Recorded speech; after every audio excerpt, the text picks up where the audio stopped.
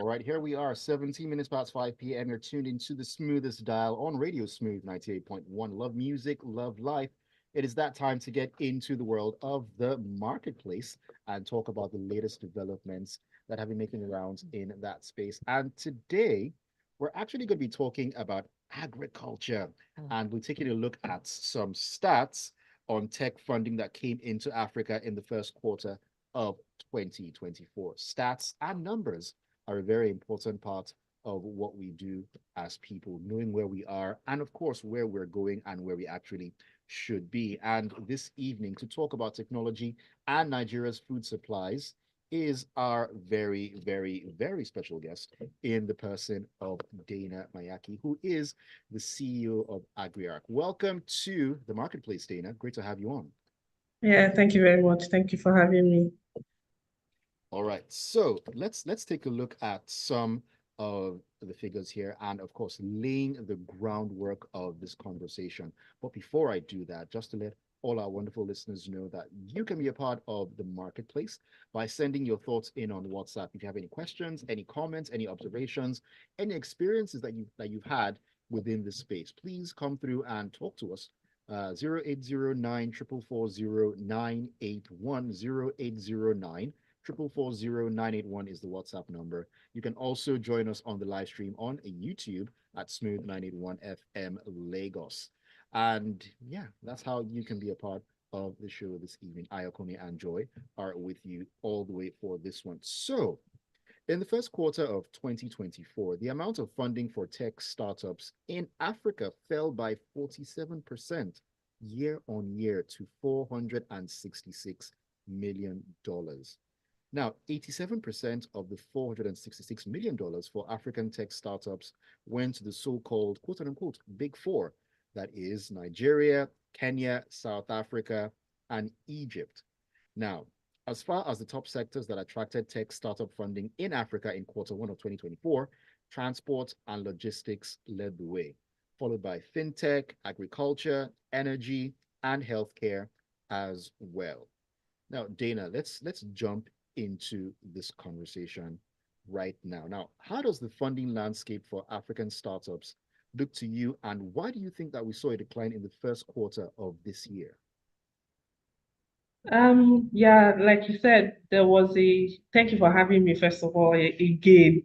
There was a huge, there was a huge decline, like you said, year on year of about, I'll say about 50%. That's very huge.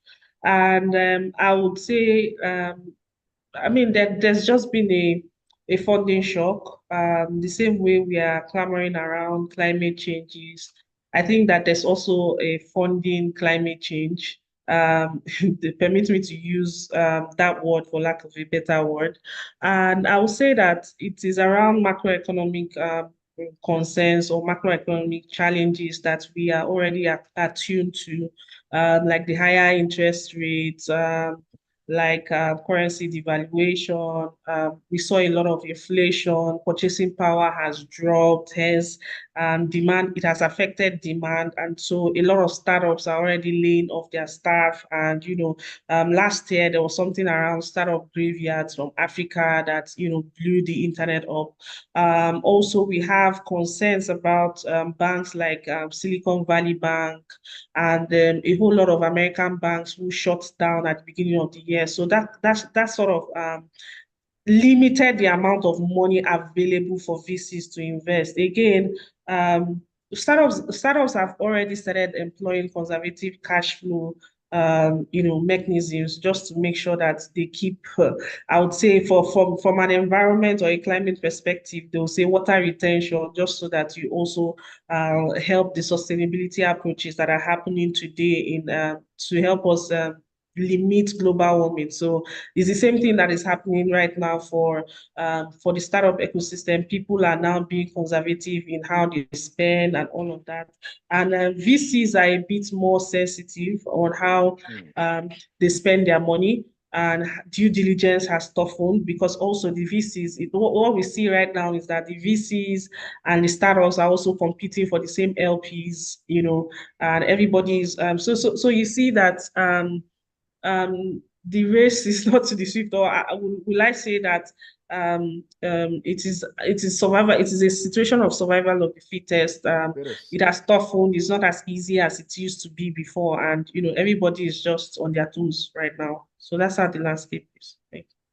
Interesting landscape and interesting way, to actually see this being put out there. But I know earlier we spoke about funding and dominance and the likes, but I want to know what you make of the big four in this space. Yeah, so but I wanted to say something from alluding to our previous conversation that despite all of these challenges, Africa still remains one of the fastest growing VC ecosystems or VC markets globally. Africa is proving bullish amidst all of the unfavorable climate conditions that we currently are facing right now in concerning VC inflow. So I would say concerning the big fours have always been the big fours, right? And I don't want Okay. to get on anybody's nerves. I just know that Ghana will not be there. No, no You hard Just just feelings. deprive you you just of had to jollof. go there. Yeah, yeah. Mm.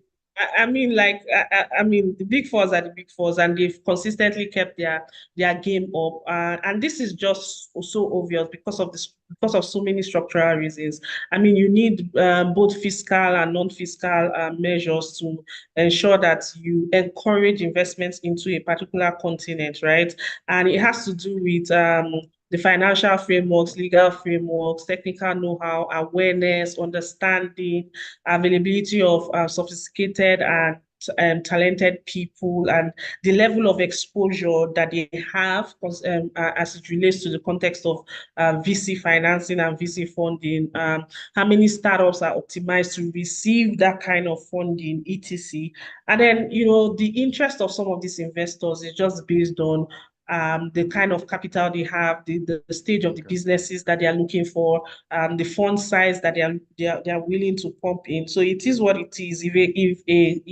If a startup or if a country doesn't have as much startups that fit into the objective or their current need at that point, it just reduces the VC's interest. So as we may have it, Nigeria, Egypt, South Africa, and Kenya seem to have much more structure or seems to be more interesting for these VCs. But again, another thing is, despite all of this hard work, because I'm sure that there are so many VCs, startups in the other African countries that are Mhm. looking for funding who may not have access to this funding. The media frameworks are also very important, because if you don't have efficient or sufficient PR, and if you're not just out there for them to find you, it becomes really difficult. PR in terms of the events, the conferences, the opportunities for them to know you and for you to know them, etc. If it isn't available, it just frustrates the entire um, the entire you know pursuit towards getting funds into that climate. So what you see VC is doing mostly is to invest in companies that are in the big fours, and then they can trickle down and invest in other or expand into other African countries. Mm. All right, interesting thoughts there. Now let's talk about agriculture, because that's the space that you are in, and the amount of funding that it actually attracted into the continent in the first quarter came in third behind transportation and fintechs. Now, of course, when we talk about agriculture, we talk about food, and when we talk about food, it is one of the staples that we as human beings actually need to survive. Now, looking at it at number three, should agriculture actually be attracting more funding than it is right now? Yeah, definitely, most definitely. And that's not because I'm in agriculture, right? But I came into agriculture because I really want to solve the problems in agriculture. I say yes because I've eaten today. I'm sure you guys have eaten today. So, and these are the proceeds of agriculture. Not investing in agriculture means that you're not putting your money where your mouth is. Okay. And to the defense of the investors, right? When you look at fintech and you look at other technology sectors, you see that fintech is more optimized for funding. The fintech, it started a long time ago. We're using cash. we're using checks a lot. People still use checks now, but I mean, it was a lot more than before. We still have the brick and mortar banks. We still have all of those. People still use cash, etc. But the fintechs leveraged on that infrastructure to get to where they are now. And I think that the banks themselves created created the problems, or created the niche, or the opportunity for fintechs to leverage on and then create solutions on the back of that. You don't see that in many other sectors, right? So the sectors like agriculture, health, logistics, etc., they are just trying to catch up right now. The infrastructure is still trying to catch up. The infrastructure is still a bit vague and disorganized. So yeah, that's to the defense of the investors. But should Investors, we yeah. invest in agriculture? Yes, definitely. Agriculture claims to have in Africa, agriculture claims to employ 70 to 60 to 70% of its population. Agriculture claims to contribute over 32% to its GDP. And in Nigeria alone, agriculture says that they contribute over 24% to the GDP of Nigeria. So why not? Why shouldn't we invest our money in something that provides that enough GDP, as much as it is informal, meaning that if we're able to channel as much financing into it that is visible enough and can be tracked, that means we can get much more value from agriculture beyond what we are seeing now. Again, we still have concerns around food scarcity and insecurity, and that's the major challenge of the daily of the common man today in Nigeria. So if we are really serious about solving that problem, money should just flow into agriculture. But I understand the concerns, yes, and the challenges that are involved here. Thank you. I agree with you with regards to the challenges that we find there. But however, some would also argue with you with regards to investing in education, because if you do not, if a person isn't educated, how will the person be able to figure out how they want to improve in agriculture? So don't you think that that we need to marry both in some way? Yeah, definitely. I mean, Nigeria has institutions, tertiary institutions that are um, Focused on, curated for okay. yes, curated for just agriculture in itself. So I wouldn't say education is a challenge. Yes, it is a challenge. I mean, because there's a divide between those who actually graduate from these agricultural universities beyond even the agriculture specific universities. There are tertiary universities that actually focus on agriculture or take agricultural courses and have agricultural departments. So there are a lot of, if it is about talent pool, there are a lot of people who understand what to do theoretically. But then there's a divide between those who understand what to do and those who are actually practically practicing it. So those who are practicing it, the farmers that we have are more educationally less privileged, right? So and really they have, in as much as we want to see that they do not have explicit knowledge, they have some form of tacit knowledge. They understand their work, which is agriculture, farming. The You really, basics. yeah, the basics, how to go to the farm and produce corn and produce fertilizer, rice or whatever produce you want at the end of the period. They know all the dynamics around it. The most important thing now is how do we capture that value? And money is a very, very important to capturing that. So as much as we want to say education has to be funded. Education depends on has a lot of operational expenses. Somebody has to go there. You have to bring a team of people to inform them, to train them, etc. And money is involved. So I'll say financing and education after. Thanks. All right. Financing and education after. And of course, this is why we have Dana in today. She's giving us this education and, of course, the knowledge that she has in this Exactly. That was this paid for. sector. We're going to we're going to continue the conversation talking about technology and Nigeria's food supplies on the other side of this very quick breather. Don't go anywhere. The marketplace will continue on Smooth 98.1. We'll be back in a bit.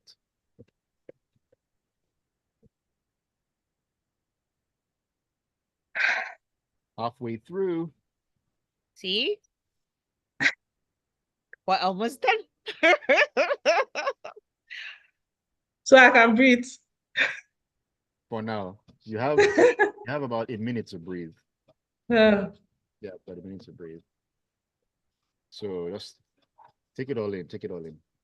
I drink water.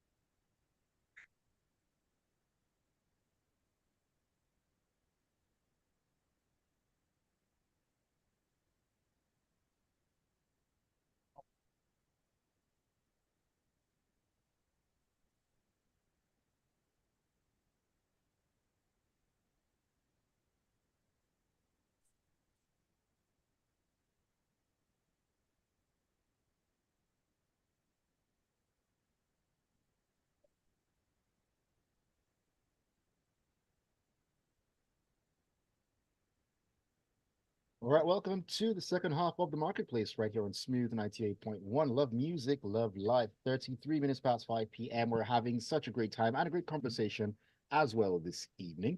My name is Ayokunmi and Joy, also with me in the studio, as well as our special guest in the person of Deina Mayak. She is the CEO of Agriarche, and we've been talking about technology and Nigeria's food supplies, looking at the numbers and, of course, the issues when it comes to funding for the agricultural sector, because looking at the top sectors that attracted tech startup funding in Africa in the first quarter of 2024, as we mentioned earlier, just to give a quick recap here, agriculture is in a third behind fintechs and transport and logistics as well. So come through and share your thoughts on this conversation we're having by sending your messages in on WhatsApp on 0809 440 981.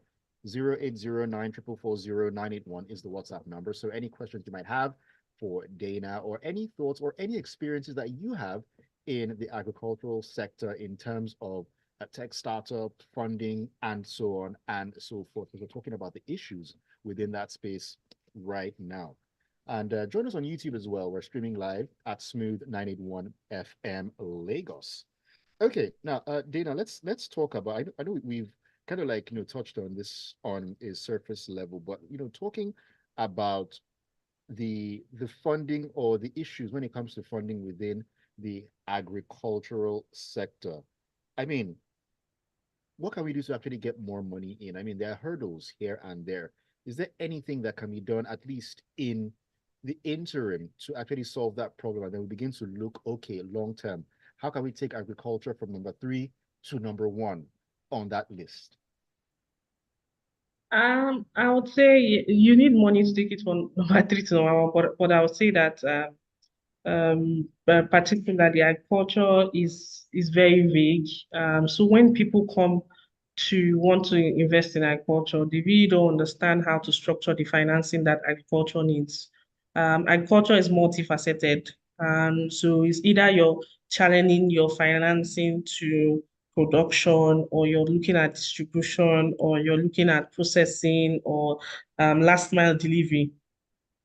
First of all, you have to um, decide where you want to put, and depending on the place you want to put your money, the risk also apply to these different these different individual parts, moving parts of it.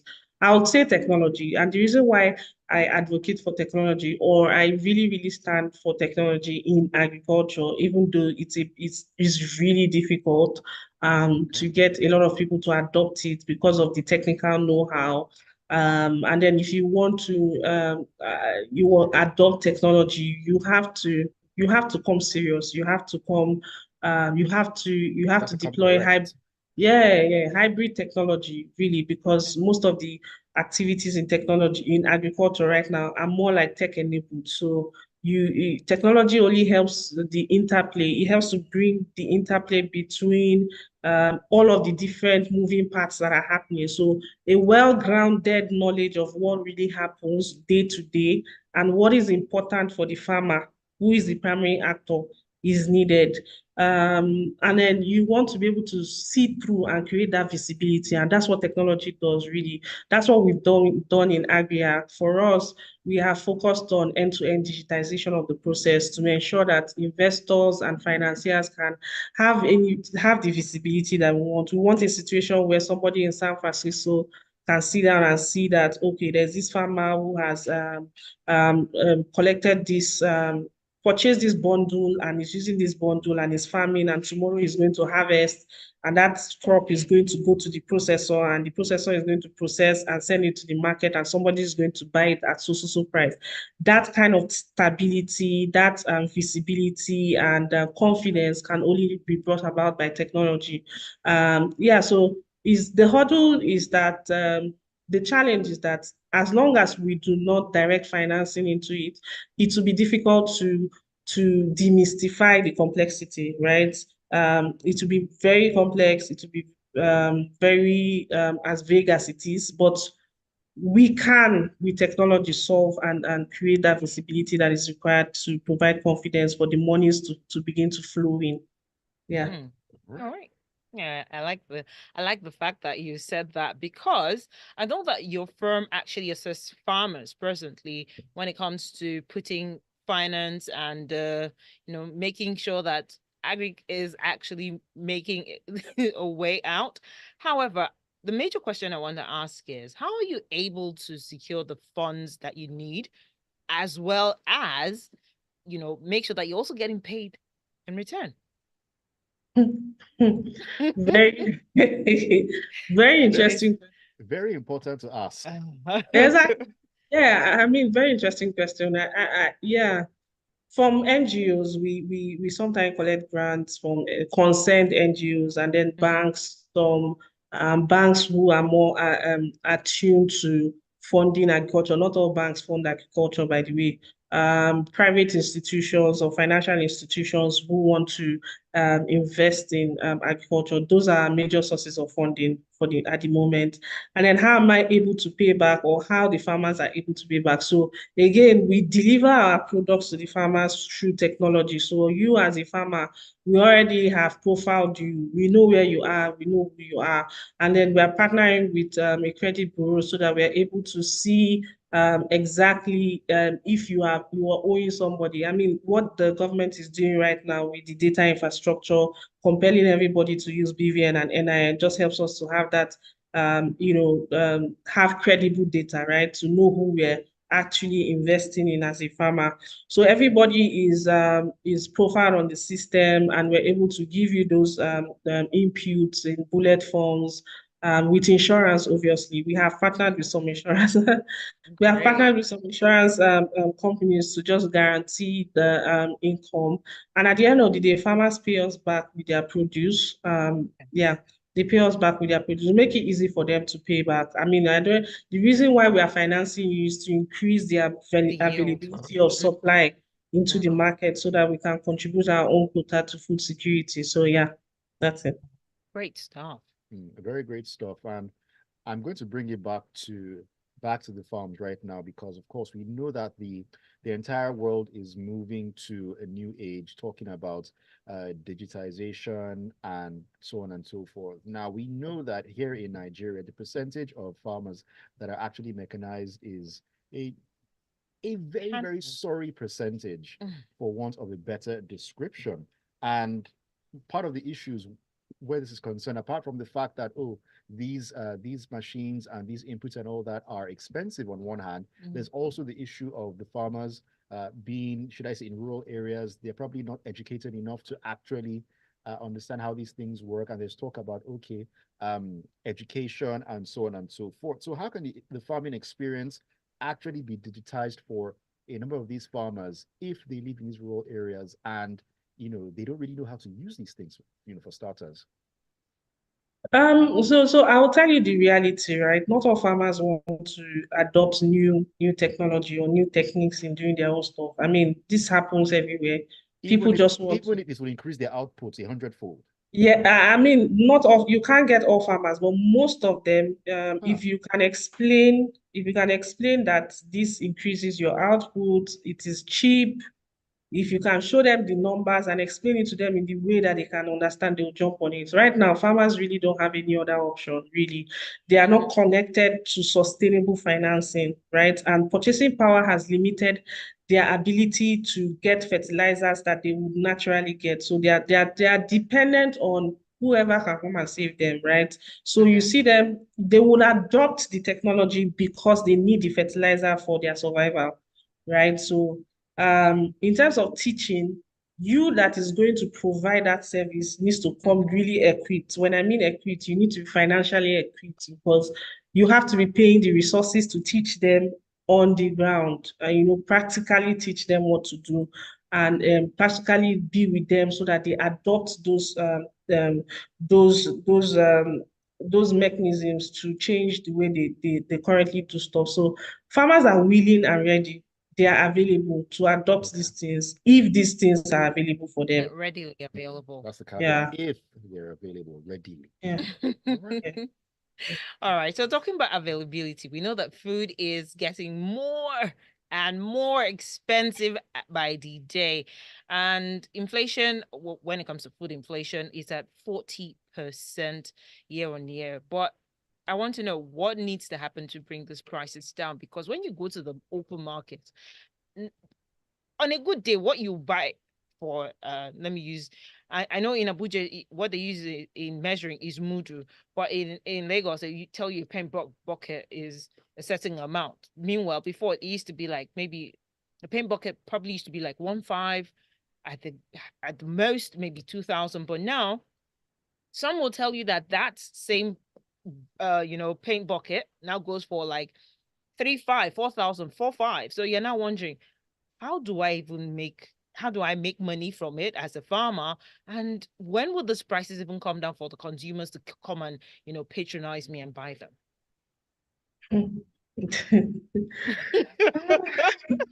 I mean, I this is a know. very no. This is a very controversial topic, right? And I don't Okay. have all of the answers, but I'll tell you what I know. What I know is that Please shoot. prices respond to the effects of demand and supply, right? Okay. At the point of from the farmer's perspective, which I am um, more attuned to, is that the farmer the farmer needs to be plugged into sustainable credit systems that helps him to turn around his capital as fast as possible. As a farmer during the planting season, I want to be able to say that I need financing for this, that, and that, and it's given to me timely. I farm, I sell. So now you've plugged me into a sustainable financing system, Yeah. and I need efficient buyback mechanisms Okay. that I can sell my produce to at any given day. Every day when I'm ready to sell, I can sell at a fair price, right? I want to sell to you at a good price that makes me profitable. In time past, what we see that farmers do is that farmers don't even know how much they sell their goods for. They just want to sell and Make liquidate. more. Yeah, they just want to liquidate whatever crops that they have harvested so that they can solve immediate needs. Now, if you have an efficient market system, they can always sell at a good price. And that's why they need market information in the way that they can digest it and understand it. Now, after that is done, we need to deal with distribution and logistics. For me, after the farmer has done all of the things that he needs to do, that is where the challenge is. Yes, I know that the government wants to set up commodity boards, which is good. I'm not faulting that, but the commodity boards would only make sense to the retailer. Now, I'm talking about when the commodities or the produce has gotten to the market stage.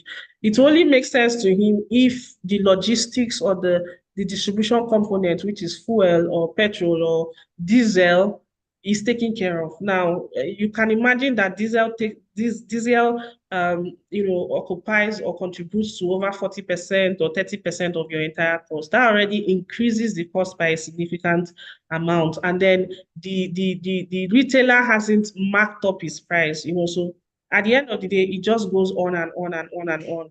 and then the prices keep increasing. So if you want to do that, efficient credit systems, efficient market systems, reducing the cost of logistics and movement from one place to the other, and setting up commodity boards and monitoring agencies like the FCCPC to monitor the prices in the market efficiently, we can reduce it. Using technology, all of these things would be streamlined into one consolidated platform that people can easily monitor and have visibility into. Yeah. Right.